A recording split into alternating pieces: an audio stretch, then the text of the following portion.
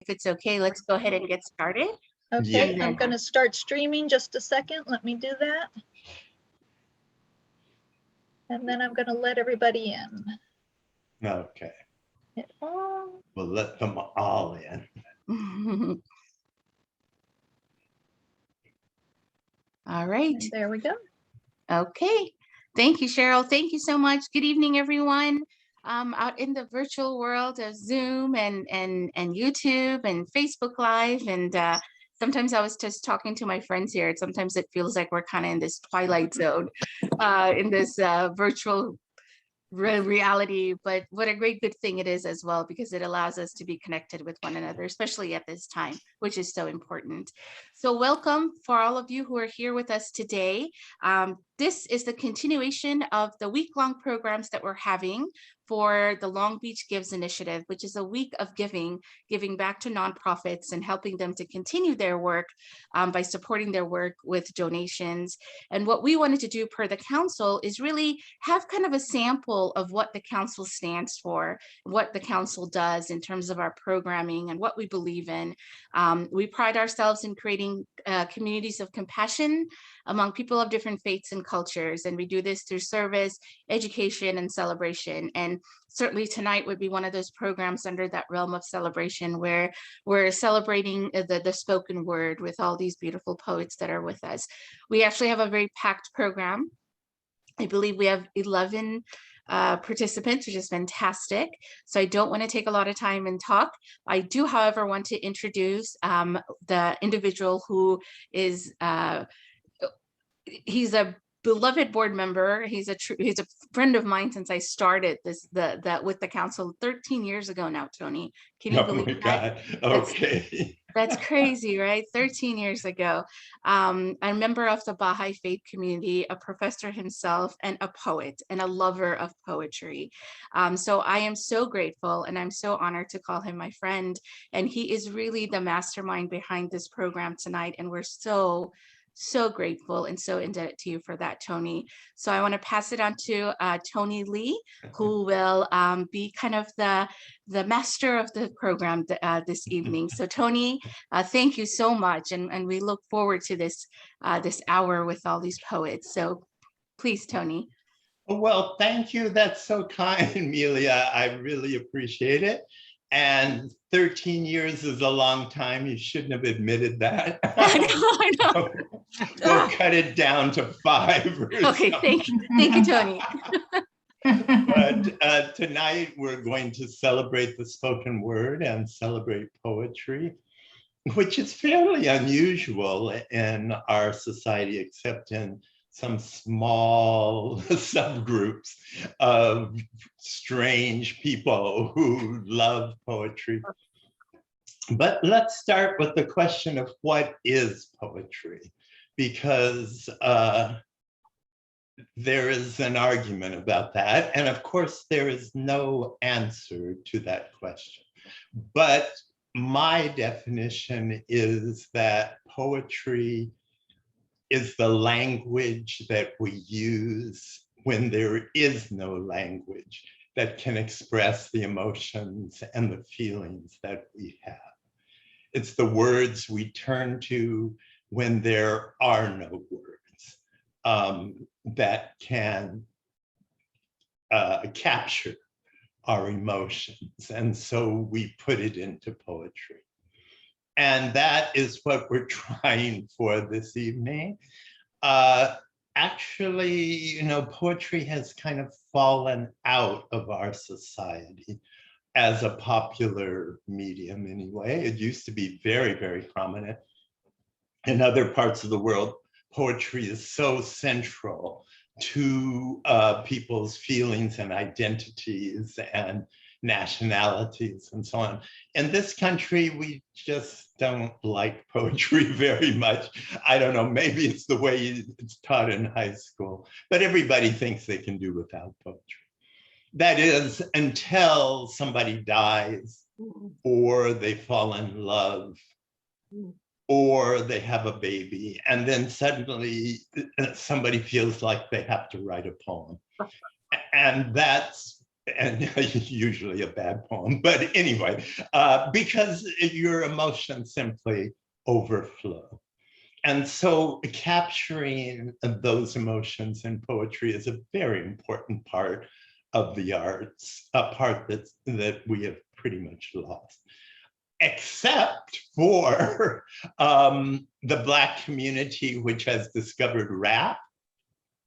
And rap is basically poetry. Sometimes it's accompanied by music, sometimes not, but it is the spoken word that is a popular medium, at least among young people and in the Black community. So we thank African Americans for saving poetry for us. We do have a rapper among us, Kareem Hakim, and so we're going to out him in this program. Let me say a word also about beauty, because the whole point of poetry is pure beauty without, well, without any physical form, really, just ethereal beauty. And beauty is something else in our society that we don't know much about. I mean, we know about Hollywood and beauty which has been commodified, and beauty which has been monetized and commercialized and put on a shelf and so on. But that's not really what I'm talking about. I'm talking about deep and spiritual beauty, which is immediately accessible to everyone who sees it or hears it. And our society doesn't understand that either. And that's something that poetry can bring to us, and a way that poetry can bring us together, because beauty attracts. I mean, that's the nature of beauty, and one is almost involuntarily compelled to approach beauty and to approach it together and to appreciate it together. So that's something else poetry can do for us, and by just offering us pure beauty and bringing us together on that basis. Okay, those are my opening remarks. I am going to try to read a poem that I wrote some years ago, and this will be the opening poem. I have two warnings, however. One is that my eyesight has become very poor, and so I'm going to use glasses and hope that I can see the page. And secondly, I have never been able to read this poem without crying in the middle. So I'll try not to, and I read it several times today to get that all out, but it didn't quite work. So this poem is called Pool of Dreams, and I'll read it. In the middle of the conversation, I said with lids half closed that no act of goodness is ever lost. Sure of myself and thinking that was nothing interesting or new. But she had never heard of such, looked away, jerked her head, afraid, as if that statement might turn her from a life of leisure to religion, or, if more sophisticated, to marching in the streets, chanting slogans and making signs, knocking on doors and pleading with people to give to some cause they don't care about. Then I wondered if it was true, what I said. Will every good thing last forever in a pool of good things? And might that spoil a happy life?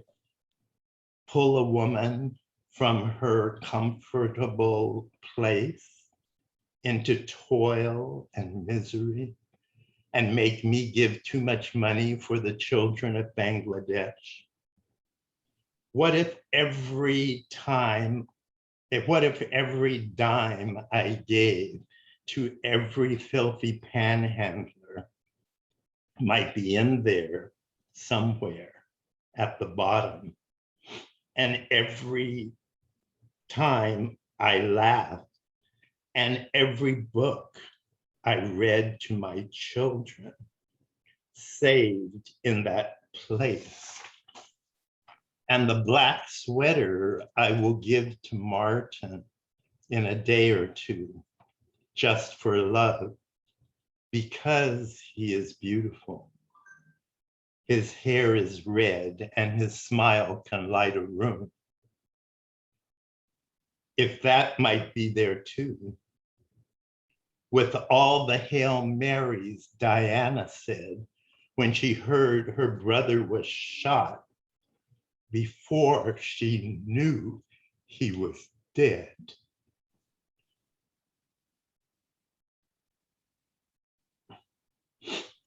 And she thought they went to waste. And the time the frat guy in my dorm, who I hardly knew, apologized for America's racism. And he really meant it, but it didn't help. If they were all there in that place, saved and reachable, yes, they must be reachable somehow, waiting to be used again, recycled for kindness, for goodness. And I decided that if I could ever find it, or even dream it, that pool that saves the world, I would do it. I would ruin my life and throw away everything, even my soul.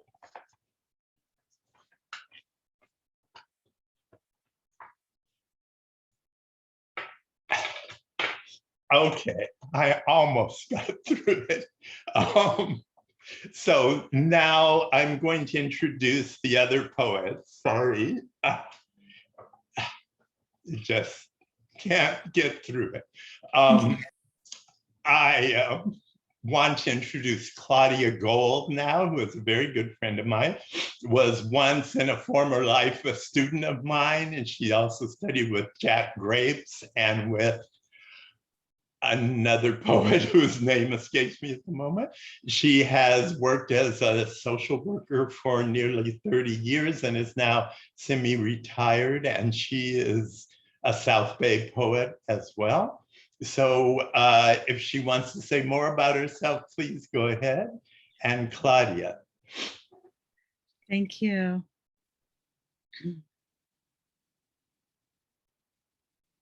What if shame was a cloak worn by the sensitive in heart daily, who no one saw when they were wee and eager? And what if they, empathic and open, took in the anger and chaos of parents in pain and thought it was theirs? What if they lived this illusion day by day, minute by minute, wearing this outworn rag of people's pains and illusions, frustrations and passions, thinking in their child brain and heart, it was all them? What if their hearts were hopeless and heartless, and if they wondered if they could endure the pain of this life one day longer, even as they work diligently, managers, doctors, lawyers, mothers. And what if they were sewn to these cloths and they did not know that they could remove them? They just thought in their arms and their breaths and their hearts, they were not worth the time or the love or the care or attention. And what if the sensitive in conscience, the empath, the kind, put all their thoughts and attention for others, not taking the time to notice how worn this inner cloak was, how shabby and lonely? What if the empath, the one with the heart of gold, looked in the mirror of truth and said, no way, it is time to take off the garments of others. I will remind myself. And what if that kindness they recognized as true? And what if their love that went out went in too? And what if they day by day, minute by moment, breathed out others' pain and breathed in their worthy breaths, their sacred breaths, their sensitive breaths, their empathic breaths, their compassionate breaths? And what if this breath is what breathed in the minutes, the moments, the days? And what if they, encouraged, came forth with new gifts, saying, I am a star, I will shine with God's light? And what if the world's good people just knew that they light the days and the moments and minutes of all they encounter in meter and rhyme, in breath and in heartbeat, a free while on the earth? And what if each day we woke glad to be the source of this love for all eternity? And what if we sang our true song and we said our true words from our hearts and not followed our heads? A little ditty, a little rhyme, I hope for love to reign, sublime in the breath of the sacred, the holy abused, the empath, the good soul whose conscience is true. And this is a tiny prayer from Abdu'l-Baha. Kindle the lamp of the spirit within the innermost chamber of my heart. Release me from every bond, that I may tread no path other than thy path. Grant that I may proffer the water of life to those who are sore athirst, and bring divine healing to those who are sick and ailing.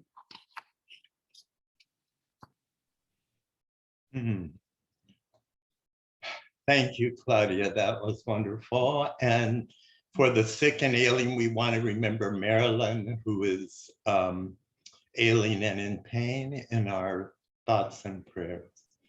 The next poet is another Baha'i poet, Amy Pirovich, who I don't know much about. She just told me that she is from Santa Fe, and she's joining us by phone, so I don't know if we'll see her.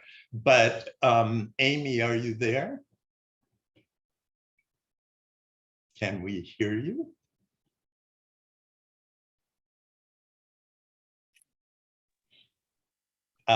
Maybe we can't hear her. Tony, do you have me? Do you have me now? Yes, is that Amy? Yes, yes. Okay, that's who we want. All right, tell us a minute about yourself, or 15 seconds anyway. I'm Dr. Amy Pirovich. I'm a poet on medium.com. I'm a Baha'i in Santa Cruz, California. It's nice to be with all of you this evening, and I would like to thank you, Dr. Anthony Lee, for inviting me. Thank you for being here. Thank you. I read an essay by medium.com author Jesse Wilson titled, "What Do You See When You See Black Skin?" This poem is my answer to Jesse. My poem is titled, "You Are Rising."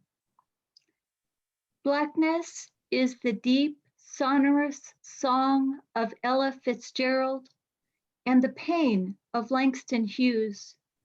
and the historicity of W.E.B. Du Bois, and the melody of Billie Holiday, and Louis Armstrong, I can hear your horn. All echo in my mind, rich as the farmer tills the soil in springtime, strong as a gust of Tennessee wind, stars shining bright as the beauteous blackened midnight sky. Black is the depth of probing for answers, so elusive. Answers to hatred and bigotry. Why do you have to go into a store and face uncertainty? This is unfair, unjust, it's just not right. And it pains my soul, for yes, we are all equal under God's eyes. And I love everyone. Blackness, for me, you are creativity, and you are rising, and you are strength within tenderness, and you are the song playing in my mind to a syncopated beat. You are poetry. Oh, keep moving forward unto a better day, one of hope and belonging and justice for all. Thank you so much, Amy. That's beautiful. And I'm sure, everyone can clap if you want to, even if we can't hear you, we can see you. So next, I believe we have the video, don't we, Cheryl? Yes. Okay, this is a little fragment of a video that's going to be shown on tomorrow's program, but it is a video made by a Catholic group, John West, who is a good friend of mine, and you'll see him. I believe you'll see him in this fragment, and the Valyermo Catholic dancers. The singers are Phoebe and Harrison Crenshaw, their brother and sister, and the poetry is by Diana McAllen.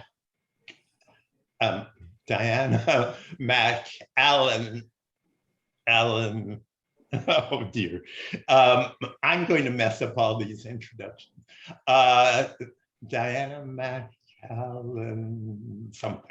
Anyway, go ahead, and this is just 2 or 3 minutes.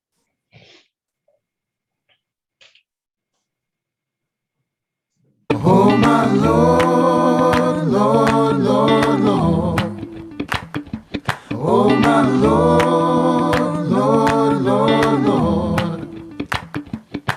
He packed in the animals 2 by 2, the ox, the camel, and the kangaroo. Packed them in the ark so tight, I couldn't get no sleep last night. Noah's son, Shem and him, telling about God's master plan. Oh my Lord, Lord, Lord, Lord. Oh my Lord, Lord, Lord, Lord. 40 days and nights on the boat, Nameless hope in God it flowed. Noah, his wife, and the boys, they prayed that God would fill the promise made. When the rain had stopped, they looked up high and saw that rainbow in the sky. Oh my Lord, Lord, Lord, Lord. Oh my Lord, Lord, Lord, Lord. The promise of tomorrow rings, lift us to our feet and sing.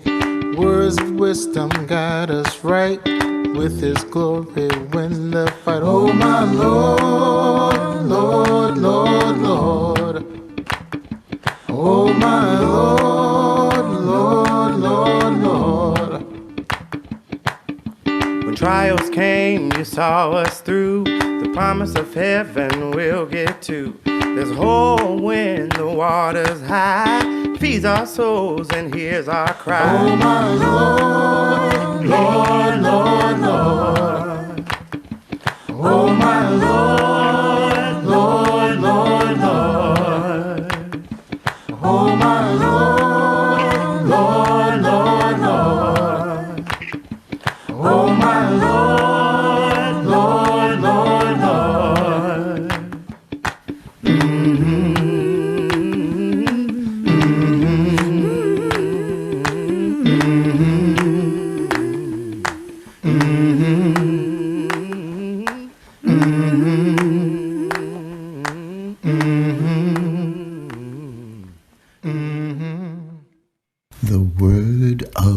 Lord.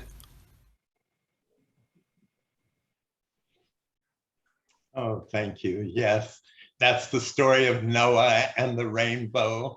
And you'll get the whole story tomorrow night if you tune in. Next, we have Kaleem. No. Yes. Kareem. Kareem. Yes, almost got it. Kareem Hakim, who I don't know, I haven't met him yet, but I'm very eager to meet him one day. He confessed to me that in a previous life he was a rapper and that he fell out of that. I know that he's a single parent and he has 2 children, a boy and a girl, and maybe they'll make an appearance in this segment. So, you know, that's all I know about you. So why don't you go ahead? All right, thanks. Can you guys hear me all right? Yes. Yeah, we're good. So, assalamu alaikum or hello. My name is Kareem Hakim. That was a good intro. I want to thank Sister Sarah for pushing me to do this. Just a disclaimer, I don't know what I'm doing. Dr. Tony's right. I used to rap. Now I left that kind of life, didn't like the industry stuff, got into faith. And now I'm trying to revisit it. So it's somewhere between rapping and spoken word. I don't know what I'm doing. I just call it spoken flow. So hopefully you enjoy it and it's not as primitive as I think it is, right? All right, bismillah.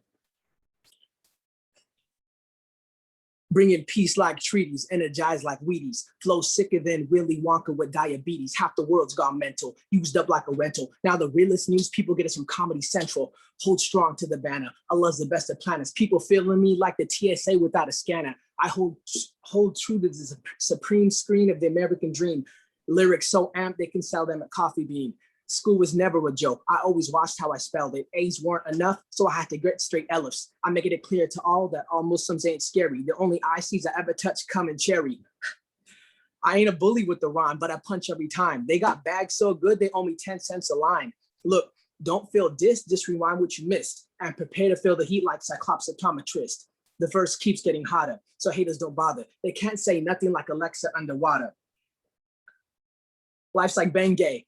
It starts cool and then it burns. Sometimes it tests your patience like a Walmart return. So I keep saying what pleases Allah, because only He knows my pain. Otherwise, I better keep my mouth closed like I'm fasting in the rain.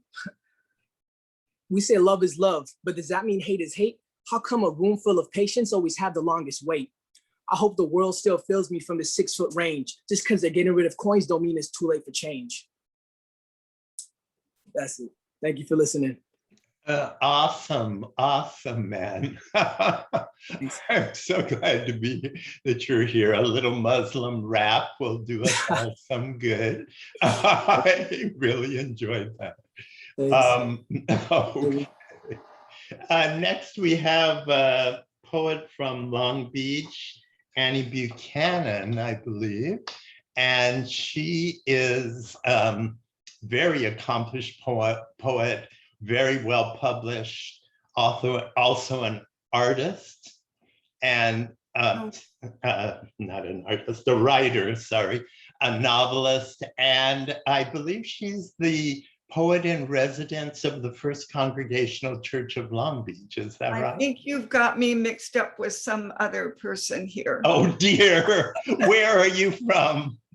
I am from Long Beach, but I'm with the Unitarian Universalist Church of Long Beach. I yes, wish I was a published poet, but I am not.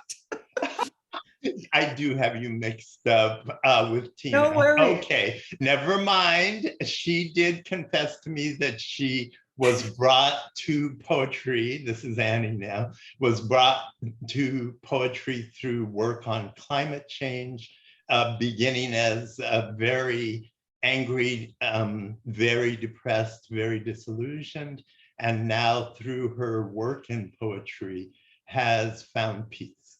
So you go ahead. Thank you.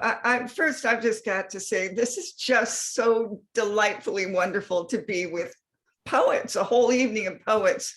And Kareem, tough act to follow, but here we go. I did write this poem as I've been working on climate change with my church for so many decades, years. This really is just a bit of a personal homage of hope, I think, for just this beautiful planet that we all call home. But it's very personal, so forgive me, and here it goes. The title of this poem is Recipe for a Blessing on the Earth.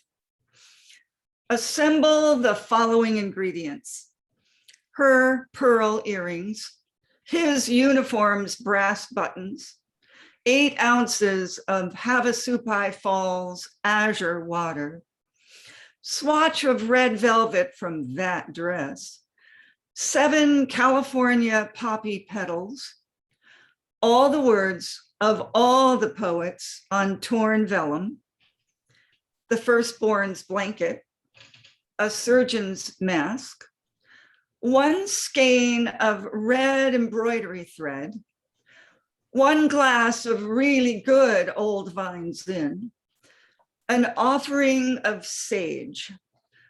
Place all into Grammy's cut glass punch bowl. Stir gently with a stick from the backyard dogwood. Season to taste with monarch pollen. Repeat this incantation. All is here. All is good. We are complete. Thank you. Thank you. That was whimsical, beautiful, interesting. And I have so many questions like, who is he and who is she? But we'll save those for later. But thank you so much for being with us. The next poet here I've already introduced, I think, is Tina Dotsko. Is that the way you pronounce it? De Sanchez. And she's the one who is so well published, and the novelist and the poet in residence at the First Congregational Church in Long Beach, right? That's right. Oh, I got it right this time. Good, good. And what else can you tell us about yourself? Well, I think I'll just go ahead into the poetry. I just thank you, Tony. Thank you, Amelia. I'm just delighted to be here, delighted to have this opportunity to gather with other poets and lift our offerings of poetry together. It's a wonderful, powerful thing to be able to do. I'm going to share 2 poems. The first one is from a group called 30 Poems of Healing. And this is number 3. This is your own book? Excuse me. This is your own book, 30 poems. Yes, it's my own poem. I write these groups of like 30 poems on a certain theme. And this group is called 30 Poems of Healing. Fantastic. Okay, please. Sorry, go ahead. Yes. Okay. So this is number 3. Is there a recipe for healing? Certainly there are ingredients to gather, bringing the mind to peace, practicing forgiveness, seeking nourishing light, building a life of laughter and passion, creating beauty and sharing joy, filling to overflowing and becoming a well where many may drink. And the second poem is one I wrote this spring. I was invited to contribute a poem for a chapbook in support of the Peace Cathedral in the Republic of Georgia, which is working to house on its site a mosque and a synagogue. And this poem is titled The Living Oaks of Mamre. And it opens with a quote from Genesis 12, verse 3. In you, all the families of the earth shall be blessed. When God told Abraham His descendants would be numerous as the stars. It was before the births of Ishmael and Isaac, before that hot afternoon at Mamre. There, in the full heat of the day, when anyone with sense would be napping, 3 strangers appeared. How was Abraham's vision so clear in the shimmering mirage of heat? His heart told him what was right. Bring cool water and fresh bread, prepare a feast to honor these guests. And though it was not the comfortable or the easy thing to do, it was done. So the divine visitors feasted, and from that welcome grew a blessing. When Sarah, behind the tent flap, heard the news of unbounded possibility, she laughed in human disbelief, not imagining such a breakthrough could come to her. And so the impossible became reality, descendants as vast as the stars. And we today, descendants in many faiths, only exist because of Sarah and Abraham's radical hospitality and Hagar's courage, fierce protection of her child, faith in God. The unthinkably impossible can come to fruition by waking from comfort to heed the heart's calling. May we in many faiths become living shoots of the oaks of Mamre, connected below the surface, rooted in the trunk of Abraham, giving shelter to the stranger. May we dream as wide as the dome of stars and form one roof of justice. Thank you very much. You have time for one more if you want to grab one right quick. Oh, okay. All right. I've got one more. This is called This Precious Life. Our lives are as impermanent as grasshoppers. They flash in beauty in a golden field, then are no more, silent, but not forgotten. Yet we can access the divine through each other, in kind hands baking, thoughtful fingers penning a note, in a soaring voice leading us in worship, in sweetly sung tones that lift like incense. We glimpse the divine in the sparkle of laughter, the twinkle of smiling eyes, in the embrace reminding us we are connected, always connected, no matter the space or time appearing to separate us. Our time on earth may not be long, but it can be deep, rich, and meaning-filled as we care for each other in the solidarity of vigils and marches, in the joy of celebrating together, in the group hug of grieving together. We become God's embrace to each other. We become the hands and feet and speech of our Creator, creating through us healing, liberation, and justice for all. Thank you very much. These are values that we all share, and it's wonderful to hear them in poetry.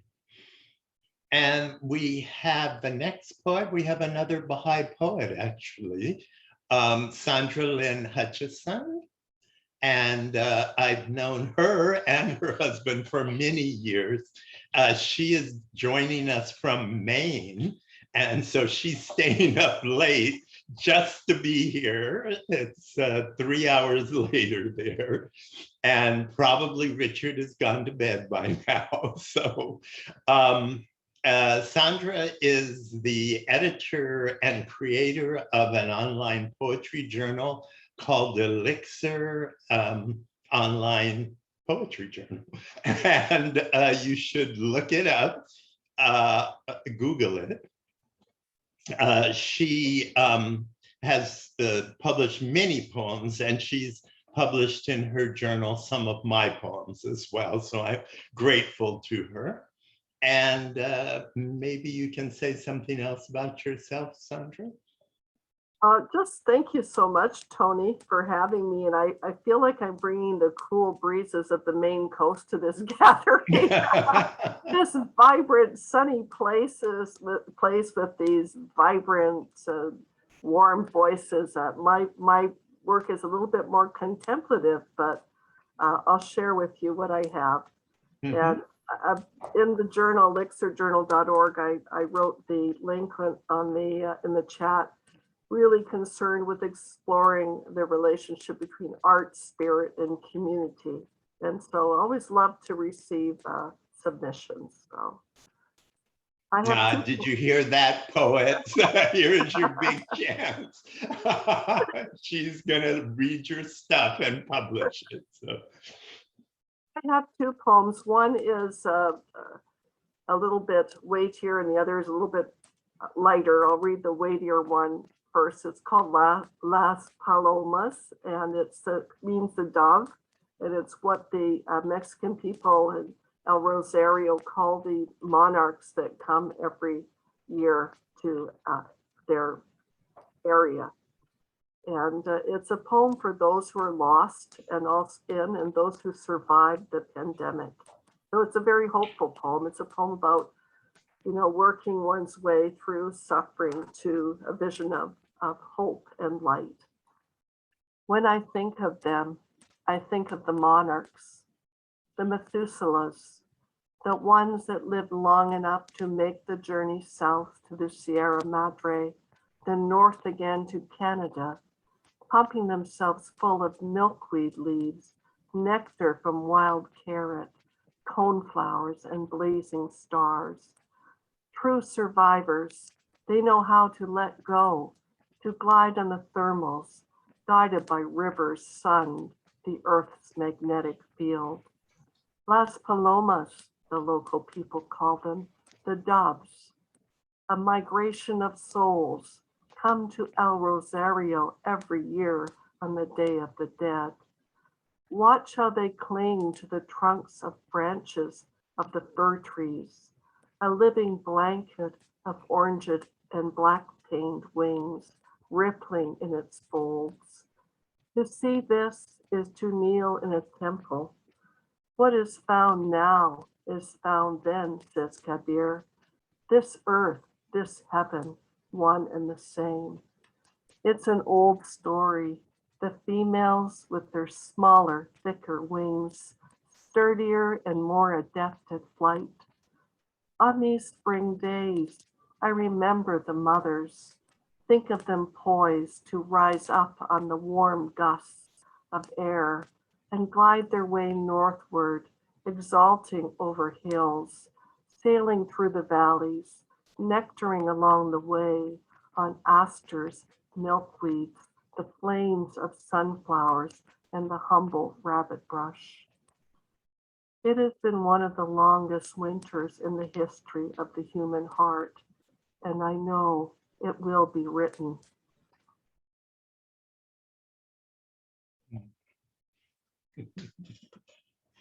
A simple poem about simple acts of love called Wild Apricots. I think of her as I slit open a bag of compost, work the rich stuff in with the blunt back of my rake. Amytis, the homesick queen of Nebuchadnezzar, yearning for the green hills of her lost Medea. At night, the palace echoes with the shrieking of peacocks. How she craves pomegranates, wild apricots, longs for pistachios, lush valleys. So he makes a tall mountain of mud and bricks, the legendary hanging gardens, anchors them with stalwart tamarisks, finds ways to feed plum and pomegranate, apricot and myrtle, drawing up river waters from the wide Euphrates to terraces pendulous with fruit engulfed by vines. How he must have loved her. Later, as I finish thinning the onions, circle the tomato plants with a dose of peat. When I am done picking the beans from vines that mock the neat network of poles and string, while I saute the onions, I tell my husband the whole remarkable story and he says, "What people will do for love." It begins to rain. The air is heavy with the scent of cinnamon and turmeric, apricots. My recipe calls for them, but I have none. Without a word, my husband heads out in the rain to buy a bag. I sit in my chair enveloped by a fragrance as sweet as a child's breath and rehearse the story. What people will do for love, I think, what they will do. Nice, very nice. Thank you so much. My husband loves that poem. Richard loves that poem. I bet he does. Yes, he's the hero of the story. Oh, that's great. Okay, well, thank you so much. Now, next we have Aya Abdul Raul, and she has this fascinating name, Aya, which is an Arabic word, which means signs. It also means verses. And since she's a poet, she creates them. It also, in a certain sense, means miracles, since every verse of the Quran is supposed to be a miracle. So I don't know very much about her. She has recently come to this area, and I know she's a poet. And what else? Well, I already can't live up to that introduction. So we're waiting for miracles now. oh boy, that is. It's going to be great. It will Sweet. be. Go ahead. Well, thanks. Anything Margaret. else about yourself, though? Just moved to LA. It's been a lot of years of trying. I'm at USC right now, pursuing my master's, trying to learn how to write better. So, you know, maybe there are a lot of tough acts to follow here, but yeah, thank you. And thanks to Sarah for also inviting me into this. This is also taken from a book. It's not published, but if you know anyone, called Big Yellow Bus. You have stolen my dreams and my childhood. Greta Thunberg's appearance before the vast blue curtain. This, we thought, was it. Then came isolation, day 15, the black swan in the shape of a microbe, scrabbling at the last remnants of recent before times, songs on loop, loss upon loss, first graduations, then birthdays, funerals, outings, big and small and accumulating. We anticipate further losses, each day further in the financial isolation, night 25. This won't take root. The shattering of the matrix means nothing to those who defend it. 10 tips to save money. Here's why you won't get your stimulus check. Why don't millennials buy homes? I say, fuck your bootstraps. Isolation, night quadrangle. They say that the virus benefits from fever. It wants to hold you down to get to your lungs. You have to move. Even in involuntary rest, Americans must always move. Remember your last hug, a small child after new cleaning measures, running back to class to galump you with tiny arms. Oh, thank you. Not breathing, you run to the bathroom to sanitize your face and hands, throw your clothes in the wash. No idea that this hug will be your last. They say that the virus benefits from fever. It has to hold you down to get to your lungs, so you have to move. Americans must always move. Isolation, night 30, loop to loop. My legacy would not be noble. It would be a reminder that good men are only fictional and live in the hearts of women. No messages for loved ones, no ambitions untried. Just relief that I didn't chase things I couldn't have. Tea, coffee, food, coffee, coffee. Tigers in pain is a backdrop to our collective Netflix spectacle. We are as tigers, trapped in the chicken wire Harvard of our parents' making, drained for an era that was never ours, watching them defend senseless roles and argue about who should wear what kinds of dresses and how and when and how much we can hate them for it. While waiting, I watched movies. I watch a woman rescue canvas from the ocean. I watch the spread of oil paint and designs of orchestral significance, minor chord, violin, tin, tin, tin. At work, I helped a boy make a parachute with tissue paper and told him that the mask is for playing doctor. The corporates who kill journalism can eat my fucking bootstraps. Would we feel better if we wrote a story for every gun shop? Once, while self-correcting out loud in a cafe to a friend's friend, I went over everything that went wrong in an abusive relationship, all the ways I'd been taught to be at fault for a man's mistake. If I had done this, if I had done that, and I said this, and I forgot about that.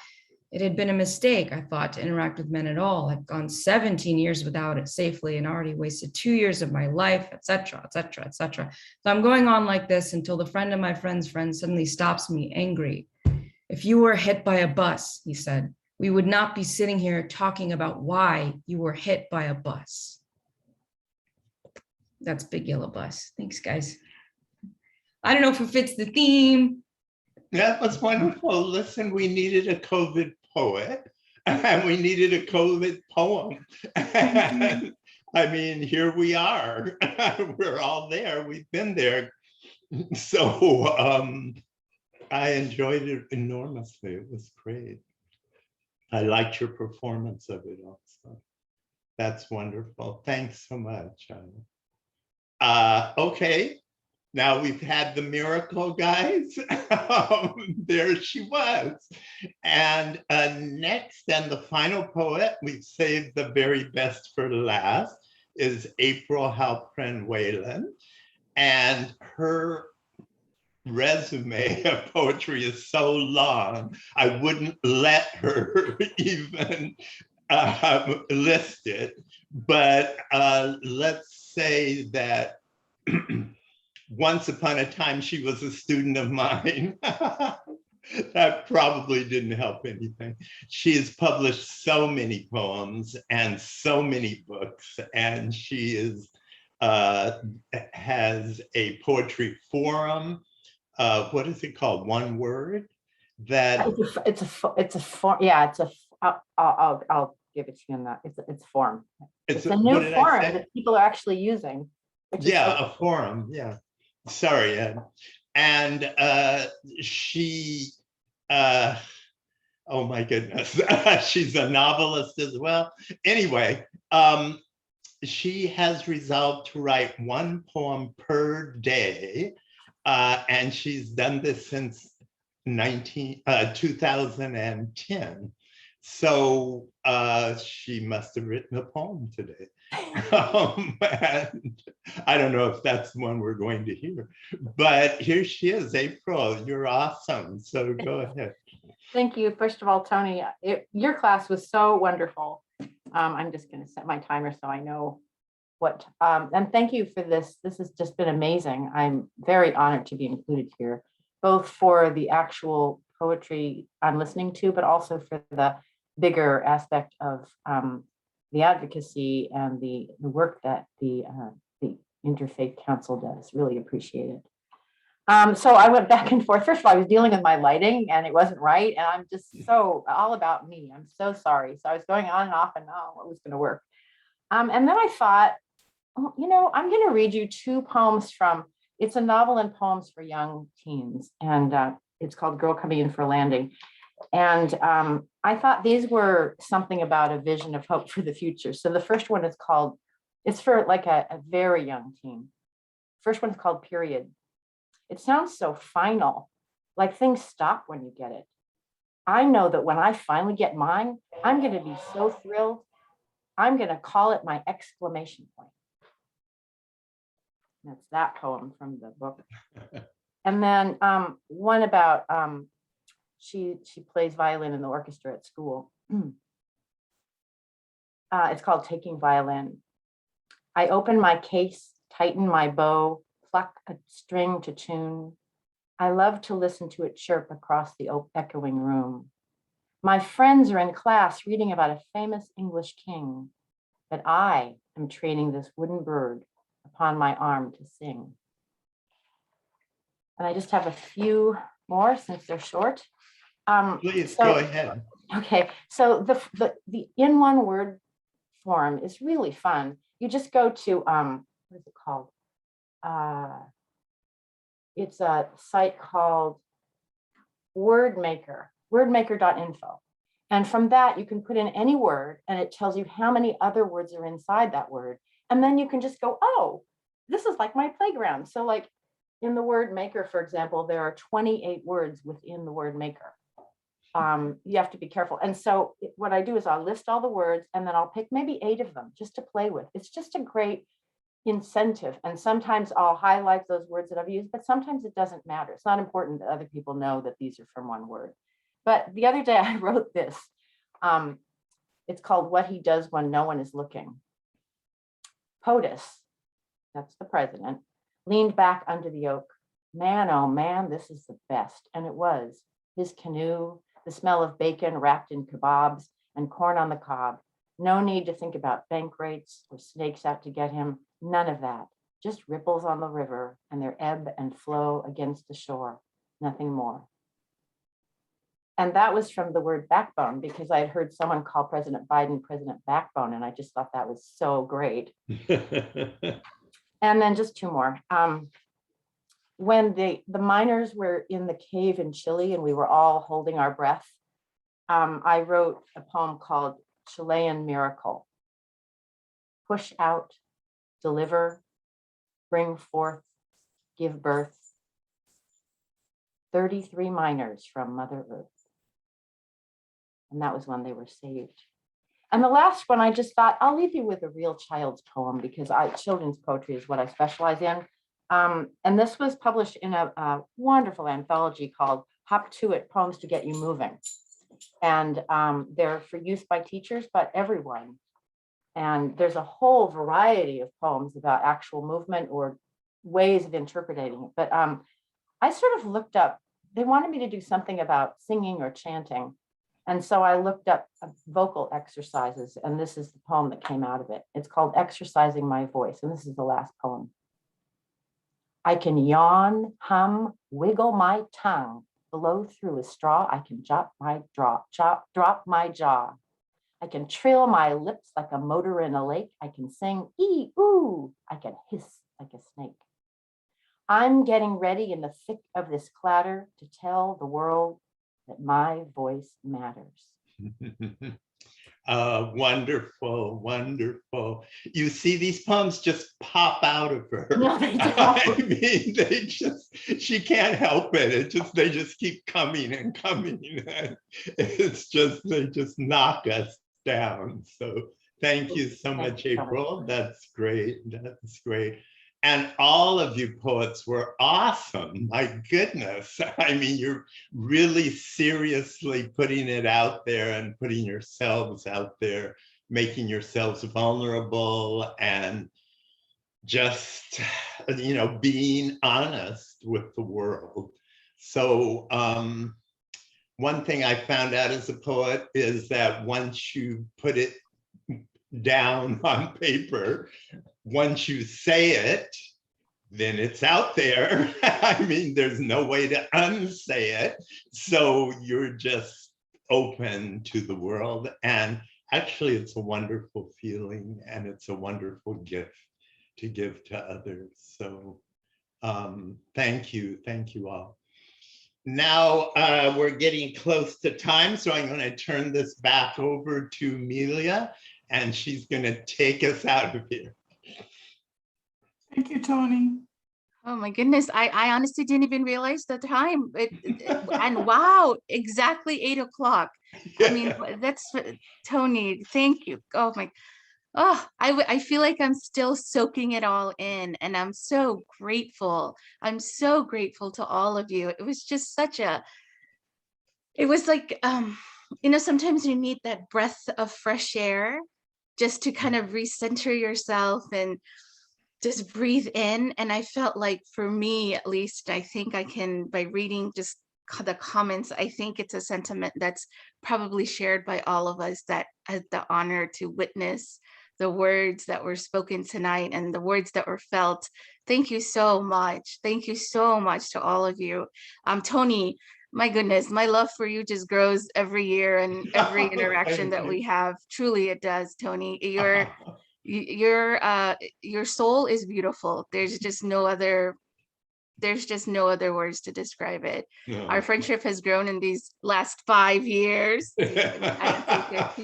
But tonight I was reminded, you're absolutely right, Sarah. Sarah said, we have to bring these poetry nights back, because I was reminded, I talk about this with such love, because it was has always been one of our favorite evenings and events that we've done per the Interfaith Council, which were the evenings with Rumi, and Tony would welcome all of us. He would open his house, and close to 100 people would be there in his garden and throughout his house, and there would be poetry reading, and there would be music, and there would be dancing, and all the chaos in the world just seemed to just cease, and there was just beauty, and it was beautiful. And this night just reminded me of that.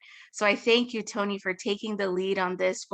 This was you made all of this happen, and we're indebted to you. Thank you. Oh, thank you so much. All of these poets were just wonderful. Amazing, truly, Amazing. all of you. I think we need to hear the sounds of clapping. So please, we were silent, but this is amazing, truly amazing. Thank you so much, all the poets here, for your words, and for being so genuine. And I'm not often one who doesn't have words. I talk a lot, but honestly, today I just sat there and I just listened, and it was just air for me, and I loved it, and I thank you for that. I thank all of you for that, and I look forward to more programs like this, because I think it's so needed. So I thank you so much for your beautiful souls, and for your words, and for the richness that they brought to all of us. Putting back on my executive director hijab or hat, or whatever you may call it, right? I balancing these realities of just sitting there and listening and soaking it in, and then saying, okay, I have to get back now. But this evening was part of this week-long programming that we're having per the Long Beach Gives Initiative, which is basically a program that really aims the Long Beach community and community outside of Long Beach to give back to the nonprofits that are in Long Beach particularly. And certainly SCIC is one of them. And so what we wanted to do is we wanted to create kind of a little microcosm of what SCIC is, as demonstrated through our various programs. And I don't know, is the screen kind of cut off for the rest of you guys? Sorry. Oh, it's okay. That's all right, Cheryl. Thank you, Cheryl. Cheryl is the amazing office administrator who we don't often see the face, but without her, none of this would exist. So we thank you for that, Cheryl. We are Tuesday, right? We just concluded Tuesday. That's right. So we've had 6 programs thus far. Yeah. Tomorrow we continue in the mornings. We have every morning we start kind of with a meditation and a spiritual reflection from a various faith community. Tomorrow it will actually be the Christian faith community. And Annie, I think this is your pastor. It'll be Reverend Steve Wilson from Pacific Unitarian, who will be with us and sharing some reflections and embarking on some meditation from the Christian faith. In the afternoon, we have this lunch program. Today we had some we made some Indian and food with Rini from the Hindu community, and tomorrow we continue that from 12 to 12:30. It goes on a little bit longer, but food and faith. And tomorrow we're going to have lunch with Cantor Elon Davidson from Temple Bethel, and we'll learn a little bit about the Jewish faith community as well. Tomorrow night, 7 o'clock, same time, similar to this, but it'll be music. So we'll have an evening of song and dance, and you saw a little bit of one of the performers today that we had. So we hope you'll join us for that. And then continuing on to Thursday, we start the morning with meditation from the Native American community. So Chief Ramos, who's a dear friend of ours, who actually doesn't even live here anymore, but we're still connected. One of the poets said that, right? That we're all connected, and we always are connected. So he will be with us and doing some meditation from the Native American principles.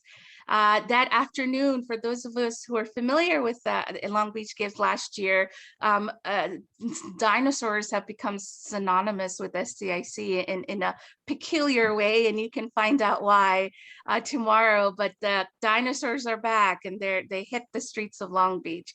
So come and join us and find out what that means tomorrow at noon. And tomorrow night we have a continuation of a monthly program that we do, the Religion 101 series. And this one will focus on the Congregational Church, the UCC. We conclude on Friday in the morning meditation from the Buddhist faith community, and then rewind and recap from 12 to 12:30. And again, all these programs are just to give you a little glimpse of who we are as an interfaith council. Sarah, that's a beautiful view that you have right there. I think is that Sarah? I think that's her camera.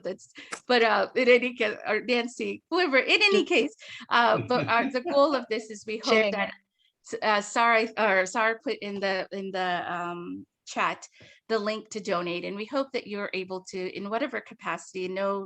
No amount is too small, no amount is too great. All the programs that we do, over 95% of them are free to the community. And the whole premise is an idea is bringing people together, bringing people and connecting hearts and just recognizing the humanity that unites us all. We are almost 100% operated on individual donors. So we would love your support in whatever capacity that you're able to give. Yeah, other than that, I mean, just from the depths of my heart, thank you so much for this beautiful evening, all the poets, all the words, the imagery, and Tony for spearheading it and leading this. And Tony, I leave it to you for any last parting words for tonight. Well, thank you. Tell us how to find the recordings on YouTube. Oh, yes. Excellent. Okay. So I'll ask, either Sarah or Cheryl to share that on the chat, but we have a YouTube channel. Please subscribe. All of our programs, particularly these last 2 years when, like everyone else, we had to make that paradigm shift. How do we go from, because we are program based and, we are what I call relationship based. This is, we have programs where we connect with people and we go to different faith communities and houses and conferences and all of that was suddenly, stopped. And so, but I'm so happy to say that, with the leadership of the board, with individuals like Tony, who serves on my board, we really made a paradigm shift and switched, of course, to Zoom. And so you'll see a litany of those on our website, on our YouTube channel, and all of these will be available there as well. So please do go there and see what you've missed. What's the name of the channel? I believe it's just the South Coast Interfaith Council. So if you go to YouTube and just put scinterfaith.org. I just put it in the link in the chat. Perfect. Yeah. Sandra says, I'm so glad you switched to Zoom. I wouldn't be able to be here. Yeah, that's one of the things, we miss that connection, but at the same time, we realize that, my goodness, tomorrow we have, oh my God, I'm so excited. We have this individual from Norway who's going to be chanting a Baha'i prayer, and how would that, my budget would certainly not allow me to get someone from Norway. I can attest to that with confidence. But this allows me that, so I'm grateful for that. But yes, so please, Tony, any parting words tonight as we say? No, you're all wonderful. You're just awesome, every one of you. So thanks. Just know that, and we can go out on that one. All right, sounds good. Well, thank you all so much, and have a good night, and please join us again tomorrow. Thank you. During the day.